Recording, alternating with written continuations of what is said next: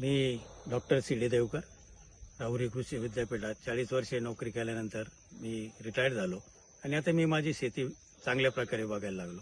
आणि हा जो ऊस दिसतो आहे हा आमचा जानेवारी एंडला याची लागवड केलेली आहे. त्यानंतर साधारणपणे एप्रिल मे मध्ये आम्ही याची खंदणी केली आणि त्यावेळी अश्वमेधचं जे फ्लोरामिक्स आहे त्याचा वापर केला. फ्लोरामिक्स सांगायचं म्हणजे मला जे ज्ञान आहे त्याप्रमाणे की फ्लोरामिक्समध्ये जीवाणू खते पण आहेत आणि जैविक कीटकनाशके आहेत. तुम्ही ह्या ऊसाकडे जर बघितलं इथं कुठेही तुम्हाला मर रोग दिसणार नाही, कुठं हुमणीचा अटॅक नाही आणि न्यूट्रिएंट मॅनेजमेंट असल्यामुळे हे ऊसाच्या जर कांड्या पाहिल्या जवळजवळ 15 कांड्यापर्यंत हा ऊस 6 महिन्यामध्ये आलेला आहे. आणि निश्चितच मला खात्री आहे की फ्लोरामिक्समुळे हा इफेक्ट आम्हाला जाणवतो. गेल्या कित्येक वर्षापासून आम्ही हा 265 जातीचा ऊस करतो, परंतु इतकी वाढ आम्हाला प्रथमच दिसली.